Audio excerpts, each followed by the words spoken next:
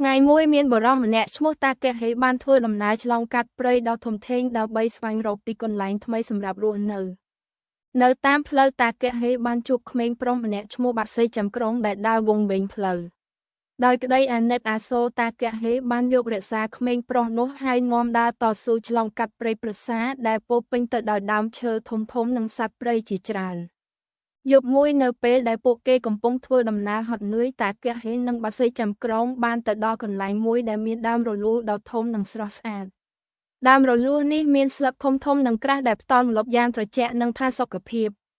ពួកគេទាំងពីរនាក់ក៏សម្រេចចិត្តឈប់សម្រាកនៅក្រោមដើមរលួសនោះតាកែហេបានយកសម្លៀកបំពាក់របស់គាត់មកធ្វើជាភួយសម្រាប់បាក់សីចាំក្រុងហើយគាត់ក៏ដេកលក់យ៉ាងស្រួលនៅក្រោមម្លប់ដ៏ត្រជាក់នៃដើមរលួស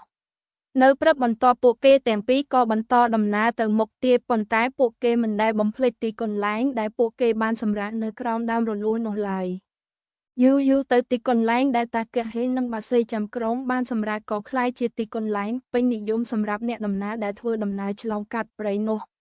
ពួកគេតែងតែឈប់សម្រាកនៅក្រោមដើមរលួសដើម្បីទទួលយកម្លប់ដ៏ត្រជាក់និងសម្រាកពីភាពហត់នឿយដោយឃើញថាទីកន្លែងនេះមានភាពស្ងប់ស្ងាត់និងស័ក្តិសមសម្រាប់រស់នៅមនុស្សចាប់តាមមកសាងសង់ផ្ទះនៅជិតដើមរលួស